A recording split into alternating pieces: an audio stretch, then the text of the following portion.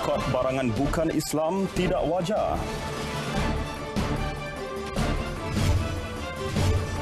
Jolo mahu jual aset dan liability 1MDB.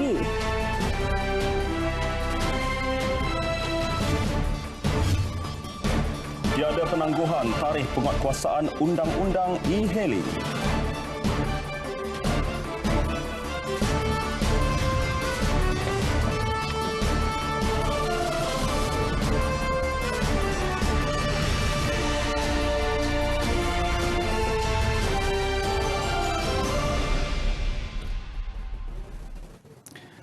Assalamualaikum, salam sayangi Malaysiaku. Saya Fatil Hidayat Ghazali. Dan saya Hazel Desmond. Jemaah Menteri bersetuju bahawa usaha memboikot barangan keluaran pengusaha bukan Islam di negara ini sangat tidak wajar. Menurut kenyataan Jemaah Menteri yang dikeluarkan Jabatan Perdana Menteri, ketetapan itu dicapai dalam mesyuarat mingguan yang dipengerusikan Timbalan Perdana Menteri Datuk Seri Dr. Wan Azizah Wan Ismail hari ini. Jemaah Menteri dalam kenyataan itu menolak pemikiran dan pendirian sempit berasaskan sentimen perkauman yang cuba dimainkan pihak tertentu. Jemaah Menteri menyifatkan tindakan itu boleh menjejaskan keharmonian dan kesejahteraan negara. Rakyat diseru agar menyokong kempen beli barangan buatan Malaysia yang memberi kebaikan kepada negara. Dalam perkembangan lain, polis sedang menyiasat seorang anggota tentera berhubung insiden tertembak ketika membuat aksi gimik sempena pelancaran Divisyen ke-5 Infanteri Malaysia dan Brigade ke-13 Infanteri Malaysia di Kem Lok Kawi, Sabah pagi tadi sehingga menyebabkan kematian Major Muhammad Zahir Armaya. Ketua Polis Daerah Penampang DSP Muhammad Haris Ibrahim dalam satu kenyataan berkata, anggota tentera terbabit disiasat mengikut Seksyen 304A Kanun Keseksaan. Ketika kejadian, mangsa telah tertembak oleh rakannya sendiri dalam jarak lingkungan 5 meter menggunakan senjata api semasa acara itu. Menurutnya, setakat ini tangkapan dilakukan dan polis akan merampas senjata dalam insiden berkenaan. Sementara itu, Tentera Darat Malaysia akan menubuhkan sebuah lembaga siasatan bagi mengenal pasti punca insiden tersebut. Panglima Tentera Darat Jeneral Datuk Seri Ahmad Hasbullah Muhammad Nawawi menzahirkan ucap takziah kepada Balu dan keluarga Allahyarham Major Muhammad Zahir. TDM sedang menguruskan segala urusan pengebumian jenazah Allahyarham dan urusan kebajikan waris Allahyarham. Major Muhammad Zahir yang juga anak kepada seniman AR Badul merupakan pegawai dari Pasukan 11 Regimen Gerak Khas Kem Sungai Udang, Melaka.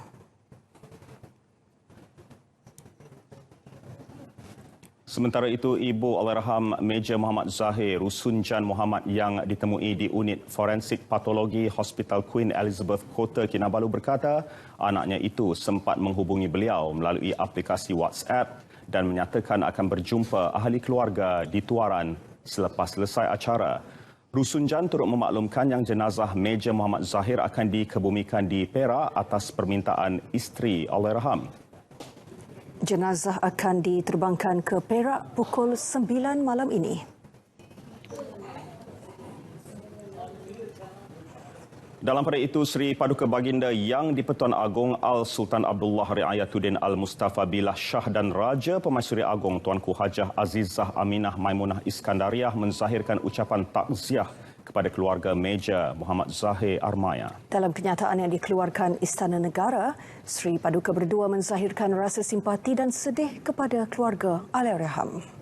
Pada masa yang sama, baginda berdua menzahirkan harapan agar keluarganya tabah menghadapi suasana pilu serta dugaan daripada Allah Subhanahu Wa Taala. Seri Paduka Baginda berdua mendoakan agar roh Allahyarham dirahmati dan ditempatkan bersama para solihin. Yang di-Pertuan Agong yang juga pemerintah tertinggi Angkatan Tentera Malaysia ATM turut menzahirkan penghargaan atas jasa dan sumbangan Allahyarham Muhammad Zahir yang berkhidmat sebagai pegawai komando. Sementara itu, Menteri Pertahanan Muhammad Sabu meminta orang ramai tidak membuat sebarang spekulasi berhubung insiden tersebut. Sebaliknya, orang ramai katanya perlu menunggu hasil laporan bedah siasat bagi menghormati sensitiviti keluarga Allahyarham. Kementerian Pertahanan merakamkan simpati dan mengucapkan takziah kepada keluarga Allahyarham. Diharapkan keluarga Allahyarham tabah menghadapi dugaan itu. Hari keempat perbicaraan kes 1MDB melibatkan Datuk Seri Najib Tun Razak. Saksi ke-8 Datuk Amhari Effendi Nazaruddin yang menyambung keterangannya hari ini mendedahkan Datuk Seri Najib telah mengarahkannya ke China bagi menguruskan hutang 1MDB secara sulit. Datuk Amhari juga mendedahkan beliau turut diarah oleh Jolo untuk membuka akaun bank di Switzerland, Shanghai, China dan Bangkok, Thailand. Menurut saksi, Jolo merupakan perancang utama dalam urusan 1MDB secara sulit. Jolo juga bercadang untuk menjual aset dan liabiliti 1MDB bagi menutup masalah hutang syarikat. Pada 2016, Datuk Seri Najib telah mengarahkan saksi untuk berjumpa CEO Mubadala iaitu Khaldun Mubarak di UAE sebagai pemudah cara supaya kerajaan dapat menutup masalah yang berlaku.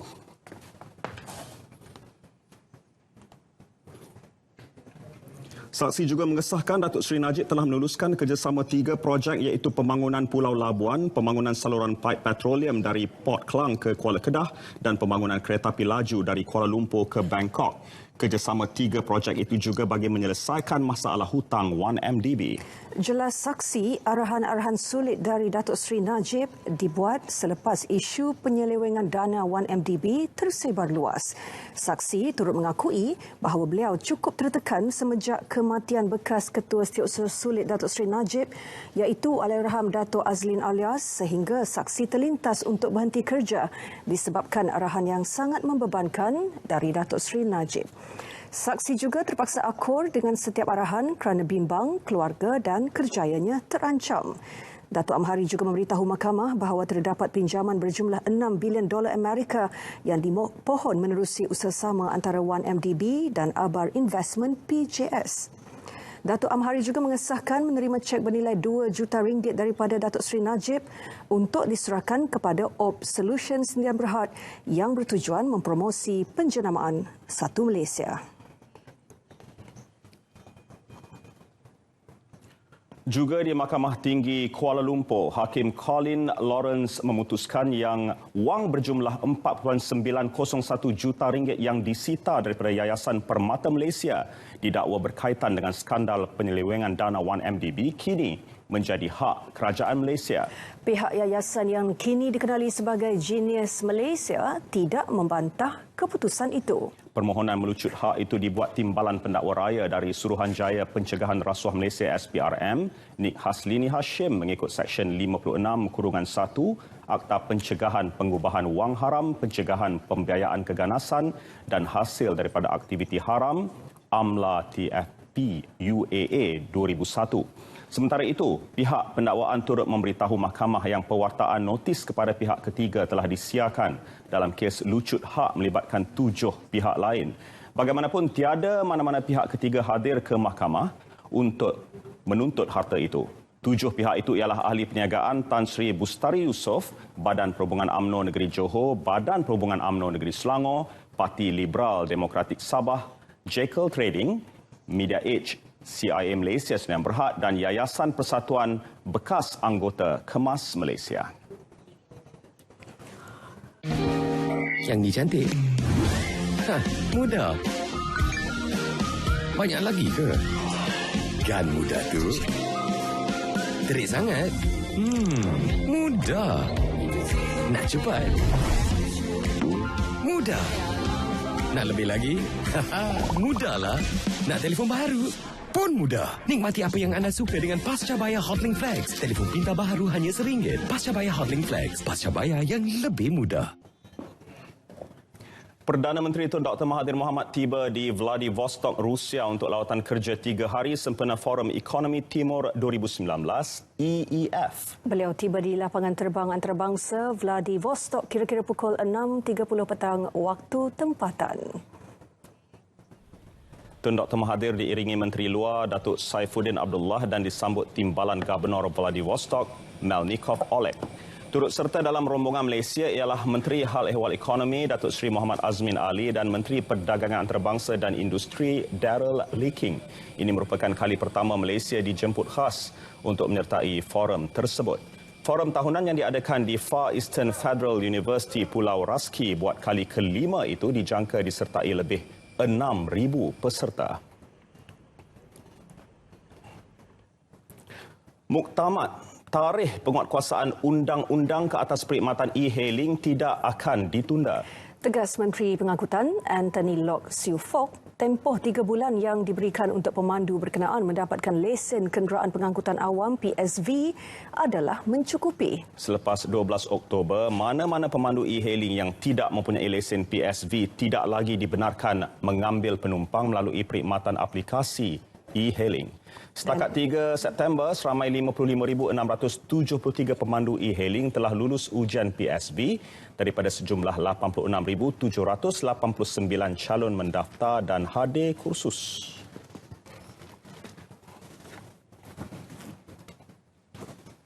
Ada 5 minggu lagi lah.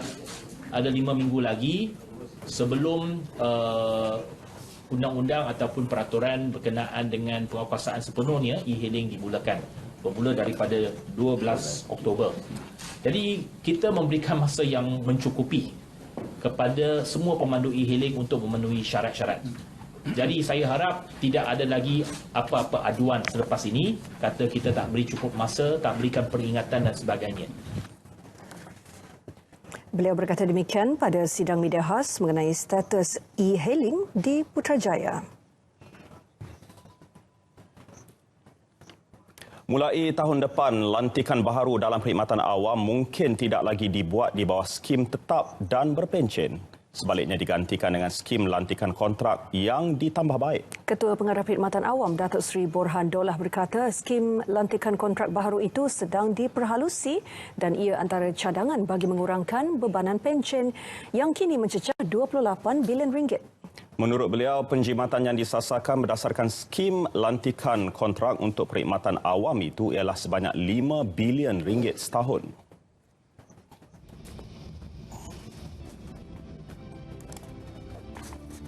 Lantikan ini mungkin tidak tetap, ya, mungkin kontrak saja, tetapi kontrak ini pun kita ada kontrak yang bukan bentuk sekarang, ya, mungkin kita akan solidkan, kita akan padukan lagi supaya mereka ini lebih menarik, ya, dengan gaji yang lebih baik, lepas tu perlindungan dari segi kebajikan mereka, keselamatan dalam pekerjaannya supaya dia secure lah. Maksud saya tidaklah hari ini dilantik, besok pagi dah kita boleh senang-senang kita orang tamatkan dia dan sebagainya. So perkara ini kita tengok bersama.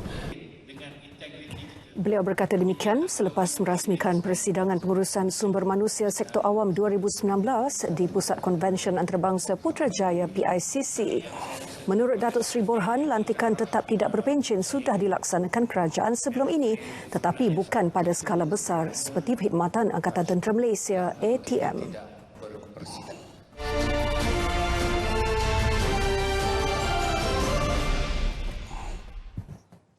Assalamualaikum dan salam sejahtera.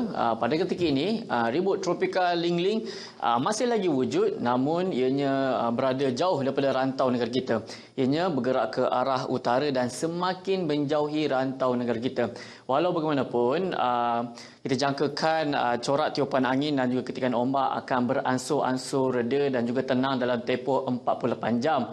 Dan buat masa kini, amaran angin kencang serta laut bergelora masih lagi berkuat kuasa pada ketika ini bagi kawasan perairan Phuket, Selat Melaka Utara, Condor, Reef North dan juga Palawan, yang mana keadaan ini adalah berbahaya kepada bot-bot kecil serta sukan dan reka laut, juga pada aktiviti menangkap ikan dan juga perkhidmatan feri.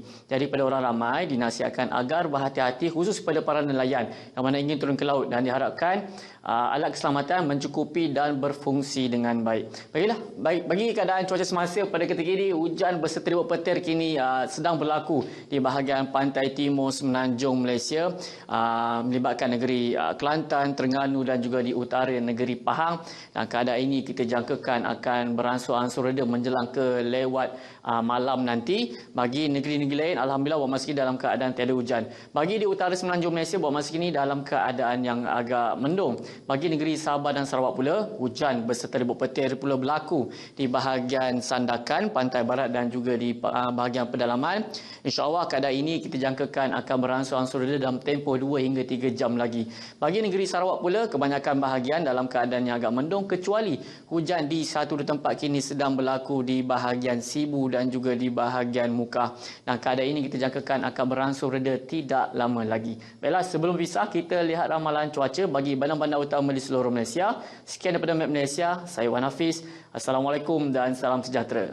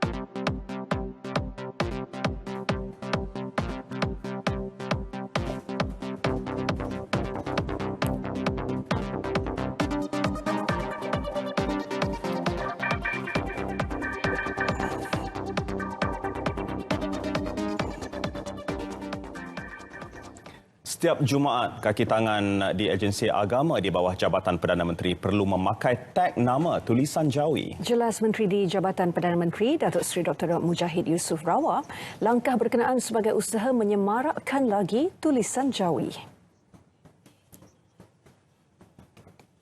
Sebagai usaha menyemarakkan budaya yang mengekalkan budaya bangsa dan sejarah yang panjang ini, saya isytiharkan bahawa hari Jumaat adalah hari penggunaan tulisan Jawi.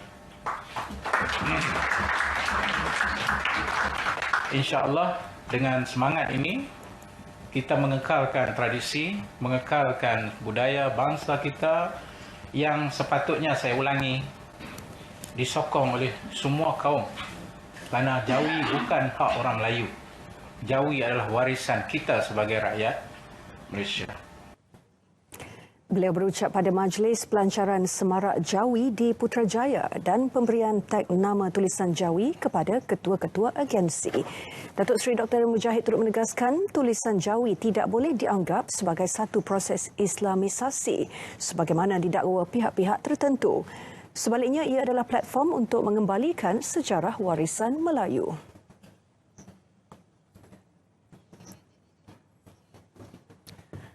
Ujian pencapaian Sekolah Rendah UPSR 2019 bermula hari ini 4 dan 5 September serta 10, 11 dan 12 September. Ia melibatkan seramai 445,641 calon di 8,076 pusat peperiksaan di seluruh negara. Wartawan Delila Kadir melaporkan. Menteri Pendidikan Dr. Mazli Malik meninjau para pelajar UPSR di Sekolah Kebangsaan Putrajaya Presin 8 1 sebelum peperiksaan bermula. Katanya ibu bapa boleh menunjukkan sikap tenang supaya tidak terlalu memberi tekanan kepada anak-anak mereka yang menduduki peperiksaan itu.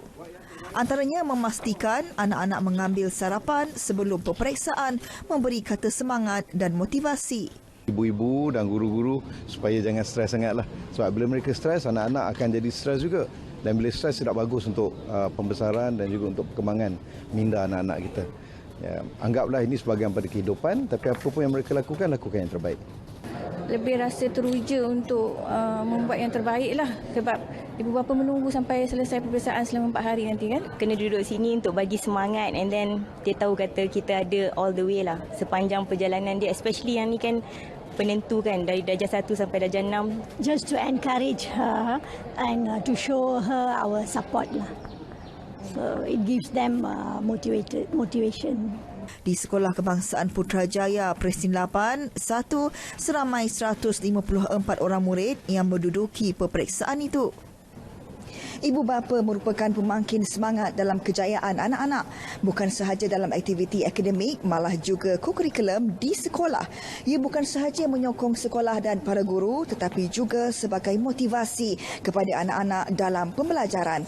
Dilela Kadir, RTM.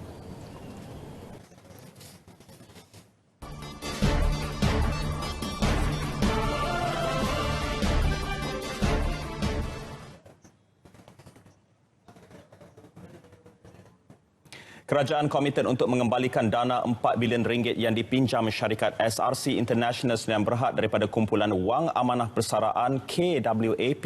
Menteri Kewangan Lim Guan Eng dalam satu kenyataan berkata kerajaan sedang mengatur langkah sewajarnya memandangkan sebahagian besar dana itu telah digunakan di luar negara. Justru kerajaan melalui SRC sedang giat mengambil tindakan sivil dan bekerjasama dengan pihak berkuasa yang berkenaan untuk menjejak wang tersebut. Juga bekerjasama dengan penasihat undang-undang untuk menentukan tindakan sivil yang boleh diambil bagi mendapatkan kembali aset SRC. Semua dana yang dapat dikembalikan kepada SRC akan digunakan untuk membayar balik pinjaman daripada KWAP. Ini akan mengurangkan bebanan kerajaan untuk membayar balik pinjaman tersebut bagi pihak SRC dan melebihkan peruntukan kepada pembangunan ekonomi dan kebajikan rakyat. SRC merupakan sebuah anak syarikat 1MDB sebelum ia diambil alih Kementerian Kewangan pada 2012. Kementerian Pembangunan Usahawan menjangkakan akan menerima peruntukan lebih tinggi bagi belanjawan 2020 berbanding 498 juta ringgit tahun ini. Peruntukan lebih besar mampu mengukuhkan usaha pemerkasaan usahawan bagi menyokong inisiatif dasar keusahawanan nasional. Menurut Timbalan Menterinya, Datuk Dr. Muhammad Hatta Muhammad Ramli, biarpun perbincangan mengenai belanjawan 2020 masih belum dimuktamadkan, pihaknya optimis kerajaan akan memberi pertimbangan sewajarnya kepada kementerian berkenaan. Our request for our next year budget is to develop entrepreneurs again, to develop entrepreneurs, especially to enable entrepreneurs to provide employment, as I said just now. So we have to empower them through the work of the ministry, through training and so on. Sekiranya diluluskan, kementerian mampu mempergiat promosi keusahawanan dan mengadakan lebih banyak sesi lawatan perdagangan selain menyuai padan perniagaan dalam sektor perusahaan kecil dan sederhana dengan pasaran antarabangsa. Datuk Dr. Hatta berkata demikian selepas merasmikan Forum Ekonomi dan Perdagangan Arab Asia OIC 2019 di Ibu Negara. Perundingan penggabungan Axiata Group Berhad dan Telenor ASA dijangka selesai November ini. Jelas Ketua Pegawai Eksekutif kumpulannya, Tan Sri Jamaluddin Ibrahim, proses usaha wajar berjalan mengikut jadual ditetapkan dan sudah 70% selesai. Jelas beliau, proses usaha wajar itu mengambil masa yang lama kerana ia melibatkan 14 entiti besar dari 9 negara. Penggabungan itu juga disifatkan sebagai unik dan kompleks dengan jumlah entiti yang besar dan pelbagai terma yang harus diperhalus. Selain daripada terms yang kita buat nak discuss dan kita nak agree dalam commercial tu, ada juga terms yang berkaitkan national interest dan juga staff interest. Ini unik. Pasal kita JRC, jadi kalau sebarang pergabungan mestilah melibatkan national interest dan staff. Itu makan masa lagi lama dan mungkin tak senang di kita nak capai agreement. Bukan kerana memang kompleks lah. Tan Sri Jamaluddin memberi jaminan kepentingan negara dan pekerja akan diutamakan dan jika tiada persetujuan bersama dicapai dalam 2 terma itu, penggabungan itu akan dibatalkan. Jika direalisasi, entiti gabungan itu bakal menjadi pengendali terbesar rantau Asia dengan 300 juta pelanggan mudah alih di 9 negara. Masih bersama Nasional 8. Yang di-Pertuan Agong Al-Sultan Abdullah Riayatuddin Al-Mustafa Billah Shah berkenan menerima persembahan kek daripada beberapa hotel terkemuka sempena Hari Keputeraan Baginda di Istana Negara. Berangkat bersama Raja Permaisuri Agong Tunku Azizah Aminah Maimunah Iskandariah. 29 kek hasil kerja tangan chef tempatan dipersembah di Dewan Santapan Utama Istana Negara. Pasangan diraja meluangkan masa kira-kira 1 jam dan terpesona dengan dekorasi pelbagai kek dengan reka bentuk unik dan warna menarik yang melambangkan kedaulatan diraja. Persembahan kek istimewa ini bersempena Hari Keputeraan Yang di-Pertuan Agong sejak Sultan Abdullah dan Tunku Azizah secara rasminya menjalankan tugas sebagai Yang di-Pertuan Agong dan Raja Permaisuri Agong pada 31 Januari lepas. Persembahan kek merupakan acara tahunan setiap kali sambutan Hari Keputeraan Yang di-Pertuan Agong.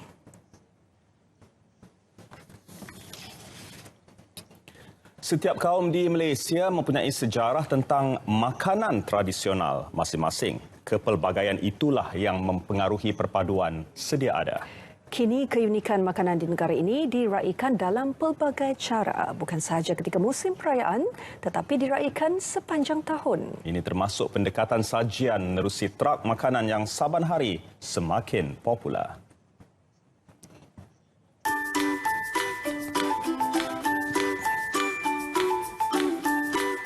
Tapak Urban Street Dining di Persiaran Hampshire, Jalan Ampang, Kuala Lumpur dibuka pada 2016. Selain memperkenal dan menawarkan pelbagai jenis makanan Malaysia dan antarabangsa, ia diwujudkan sebagai satu inisiatif mendorong usahawan membangunkan industri trak makanan di kawasan terbabit.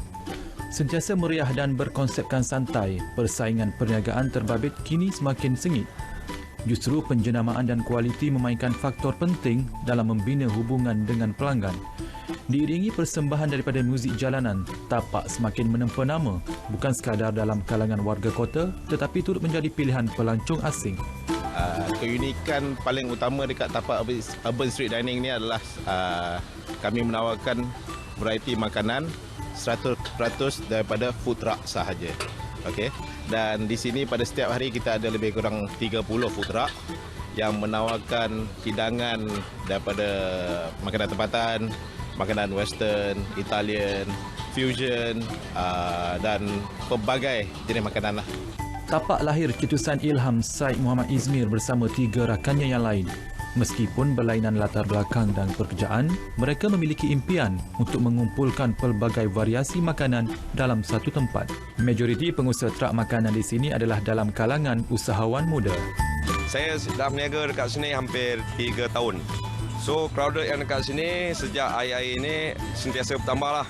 Kalau hari musim-musim cuti ataupun musim-musim keramaian, dia meningkat begitu mendadak lah. Sampai kadang 5 ke 6 ribu satu-satu masa untuk hari cuti itu.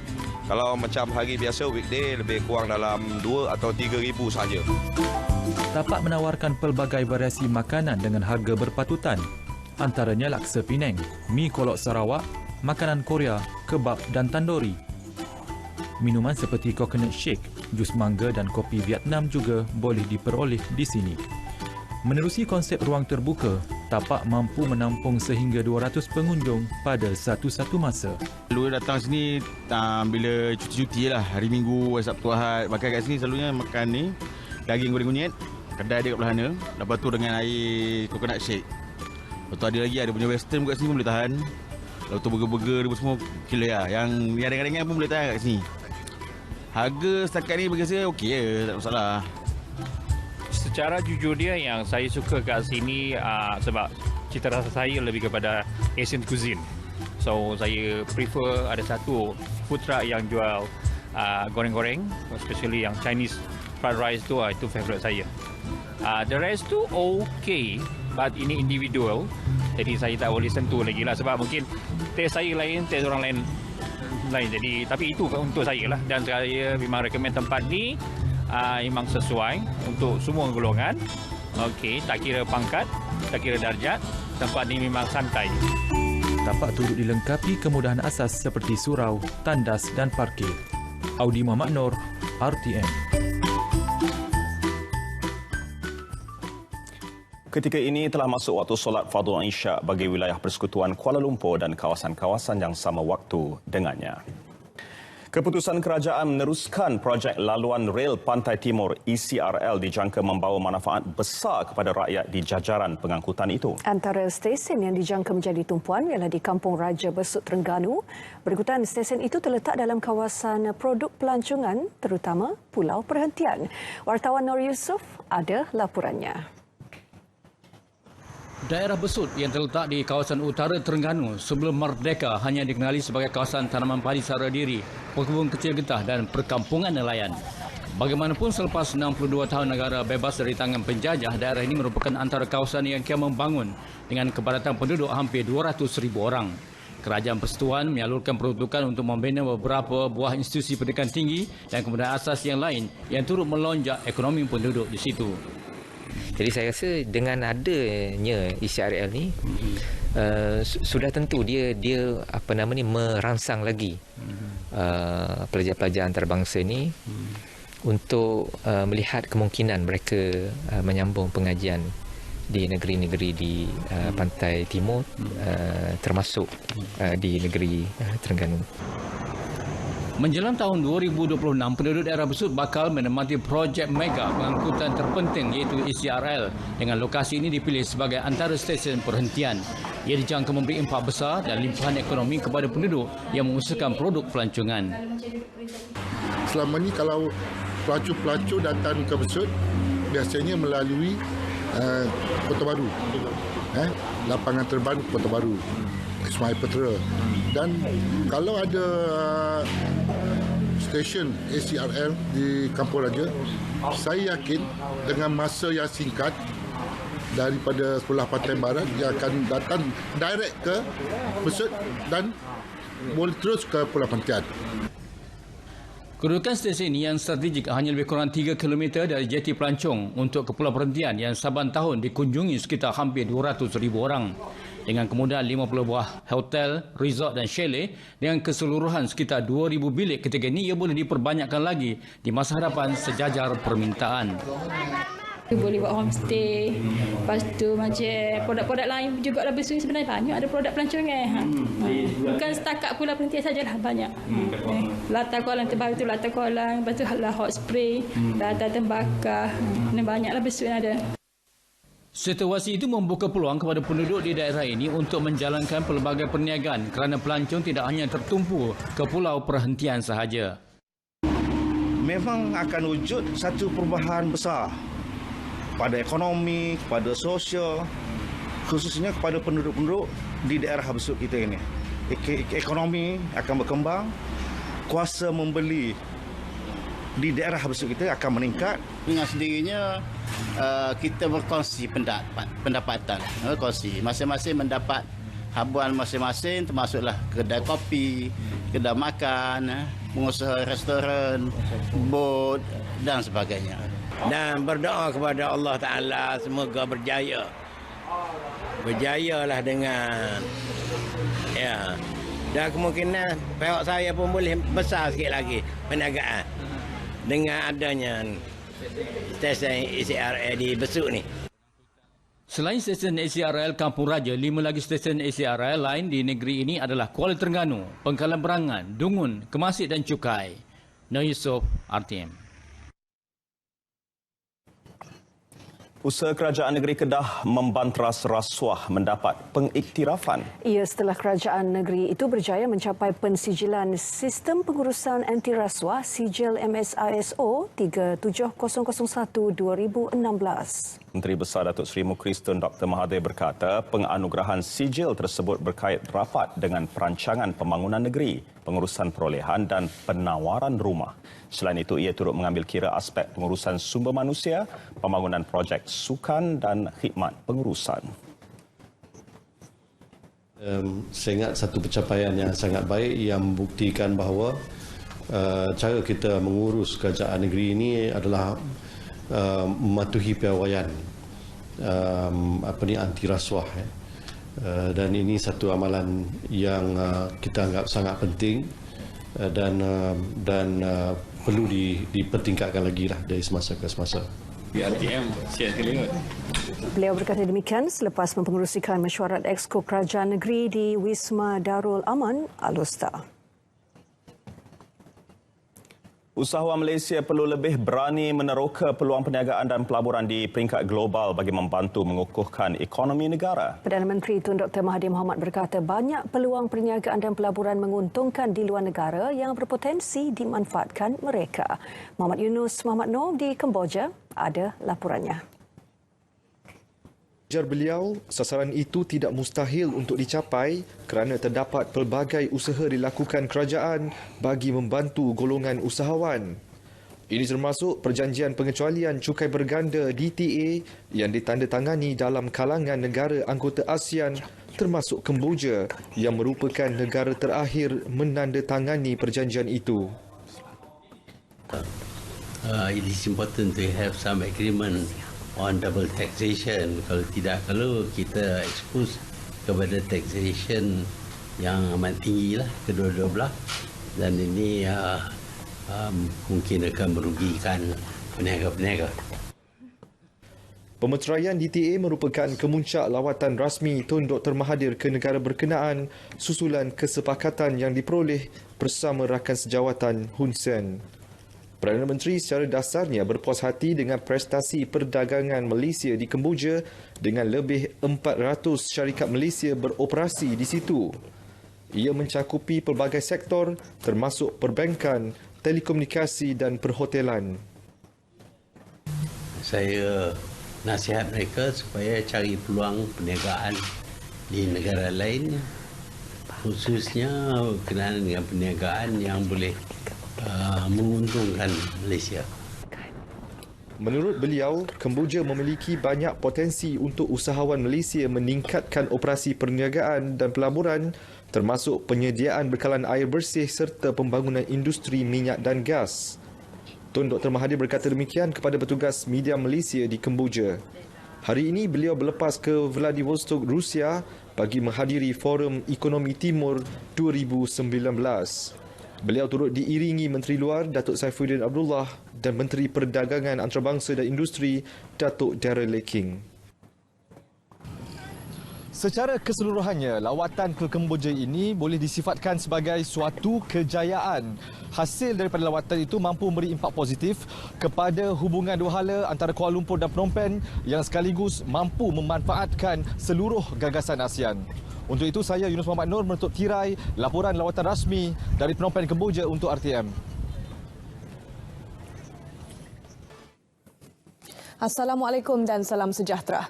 Berita baik kepada semua penyokong Harimau Melaya. Persatuan Bola Sepak Malaysia FAM hari ini mengumumkan yang RTM dan Astro ialah pemegang hak penyiaran bersama bagi kesemua 4 perlawanan skuad Harimau Melaya di gelanggang sendiri untuk pusingan kedua kelayakan Piala Dunia 2022, Piala Asia 2023.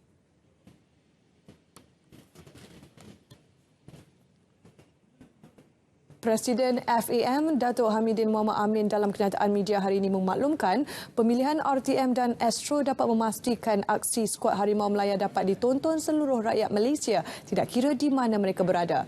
Sementara itu, Menteri Komunikasi dan Multimedia Gobind Singh Dio berharap dengan peranan RTM selaku penyiar rasmi pusingan kelayakan ini, ia dapat menggembirakan seluruh rakyat Malaysia terutama yang tidak melanggan saluran televisyen berbayar. Malaysia yang diundi dalam kumpulan G akan mengharungi 8 perlawanan keseluruhan bermula dengan aksi sulung bertemu Indonesia di Stadium Utama Bung Karno, Jakarta esok dan diakhiri aksi berdepan Thailand di Bangkok pada 9 Jun 2020. Sepanjang tempoh 9 bulan itu, skuad Harimau Melaya kendalian Tan Cheng Ho akan beraksi 4 kali di Stadium Nasional Bukit Jalil, iaitu bertemu Emirat Arab Bersatu UAE pada 10 September ini, Thailand 14 November depan, Indonesia 19 November dan Vietnam pada 31 Mac tahun depan. Keempat-empat perlawanan di gelanggang sendiri itu akan disiarkan secara langsung di RTM menerusi saluran TV1 dan RTM HD Sports.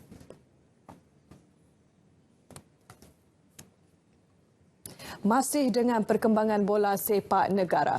Pemain muda yang sedang meningkat naik, Wan Kuzain Wan Kamal 20 tahun yang kini beraksi di Major League Soccer Amerika Syarikat dijangka menyarung jersey Malaysia pada tamasya Sukan C di Manila, Filipina, November depan. Perkara itu disahkan Presiden FAM Datuk Hamidin Mohamad Amin selepas pemain Sporting Kansas City itu yang sebelum ini dikatakan tidak berminat menyarung jersey negara mengubah pendiriannya. Untuk pemain ini telah menyatakan hasratnya kepada Datuk Ong Kim Swee untuk bermain SP untuk SEA Games. Kita tengah membuat preparation kalau sempat sebelum SEA Games untuk beliau kembali untuk bermain. Wan Kuzain yang dilahirkan di Illinois beraksi di posisi tengah dan pernah menyarung jersey skuad Amerika Syarikat bawah 17 tahun. Persediaan membawa Wan Kuzain ke Malaysia sedang dijalankan mengikut kriteria ditetapkan. FAM juga sedang membuat perincian untuk mengenal pasti kedudukan paling sesuai menempatkan pemain berbakat itu sama ada bersama skuad Harimau Melaya atau bawah 23 tahun. Datuk Hamidin bagaimanapun menolak kemungkinan untuk menyenaraikan Wan Kuzain sebelum aksi menentang Emirah Arab Bersatu UAE dalam aksi kelayakan Piala Dunia 2022, Piala Asia 2023 10 September ini. Beliau menjelaskan perkara itu semasa menghadiri majlis perasmian Ibu Pejabat Kelab Bola Sepak JDT. Wanita Leto di Femina 2019 mendapat suntikan semangat apabila menerima tajaan bernilai $2.2 juta daripada Aria Premier untuk penganjuran sulungnya tahun ini. Tampil berani dengan tajaan besar itu, syarikat pengelolaan acara tempatan dan antarabangsa itu menyahut misi memperkasa wanita dalam sukan berbasikal di peringkat serantau dan global. Lebih menarik, pasukan wanita negara turut dicabar untuk menaiki podium pada penganjuran sulung ini. Laporan Siti Aisyah Basli. Ketua Pegawai Eksekutif Aria Premier Sendian Berhad, Zarina Muhammad Noor berkata hasrat untuk menaja acara seumpamanya telah lama dan merasakan LTDF 2019 adalah platform terbaik buat mereka untuk muncul selaku penaja utama. Apatah lagi, beliau sendiri adalah bekas pelumba negara. Kita berani mengambil risiko sebab kita yakin dengan penganjuran Tour de Femina ni sebenarnya merupakan selain daripada anjuran pertama yang melibatkan wanita di Asia. Saya rasa benda ni merupakan satu platform di mana saya menganggap martabat wanita dan memperkasakan wanita itu sendiri ia merupakan satu benda yang menarik di mana satu dunia menunggu benda ni untuk membuatnya untuk kita buat di Asia. Majlis menandatangani perjanjian penajaan berlangsung pagi tadi antara Aria Premier dengan penganjur Siklista Sports sambil disaksikan Naib Presiden Persekutuan Kebangsaan Berbasikal Malaysia PKBM Datuk Amarjit Singgil. Dalam pada itu, LTDF 2019 yang pada awalnya dijadual berlangsung pada September telah ditukar ke tarikh baru iaitu 16 hingga 21 November depan dengan laluan terbaru berbanding rancangan asal. Mengesahkan perkara itu, Ketua Pegawai Eksekutif Siklista Sports Syahiruddin Seni Muhammad yang turut berkongsi perlumbaan sulung LTDF itu telah mendapat sambutan hangat daripada pasukan-pasukan luar. Antaranya NIV Pro China, Velofit Australia dan banyak pasukan-pasukan kebangsaan seperti Indonesia, Brunei, Singapura, Thailand dan banyak kita ambil dari Afrika juga. Kerana event ini adalah permulaan untuk AWC, so kita banyak invite tim Afrika dan Asia. Sementara itu, pasukan wanita Malaysia diletakkan harapan tinggi untuk menaiki podium dalam LTDF 2019. Dan I think our main intention is to at least to be on the podium. Memandangkan acara ini adalah acara julung-julung kalinya Tour Femina. So harapan PKBM untuk memastikan bahawa our ladies at least be on the podium for this first edition of the Memperkasa wanita. Aria Letu di Femina 2019 adalah jelajah berbasikal wanita yang pertama. Saya ulangi, yang pertama diadakan di Malaysia di bawah kalender UCI. Perlumbaan bertaraf 2.2 Women Elite ini akan berlangsung pada 16 hingga 21 November 2019 yang menyaksikan penyertaan daripada pasukan-pasukan bertaraf dunia. Adakah anda sudah bersedia? Laporan Siti Aisyah Basli untuk Sukan RTM. Majlis Paralimpik Malaysia MPM digesa menangani kemelut yang dilihat bertambah buruk susulan pelantikan jawatan pada mesyuarat agung tahunan Jun lalu. Perkara itu disuarakan Presiden Persatuan Sukan Orang Buta Malaysia MPSA Dr. S. Radhakrishnan yang mengharapkan perhatian berterusan Kementerian Belia dan Sukan selain Pejabat Pesuruhjaya PPS. Kita mintalah kalau YB Menteri selaku orang yang tanggungjawab di atas semua sukan untuk semua buat satu keputusan untuk selesaikan masalah dengan serta-merta lah. Ataupun kalau sekarang ini dia mau panggil meeting EGM lagi, kalau itu gagal lagi apa lagi dia nak panggil. Simple, very simple. Kalau orang yang buat kesilapan, maknanya dia tak boleh ambil bahagian. Sebelum ini, PPS mengeluarkan surat kepada MPM pada 30 Ogos lalu berkenaan keputusan mediasi MPM. Namun, ia tidak dipersetujui kedua pihak sekaligus merugikan atlet selain kerajaan yang telah memberi peruntukan besar terhadap pembangunan sukan OKU.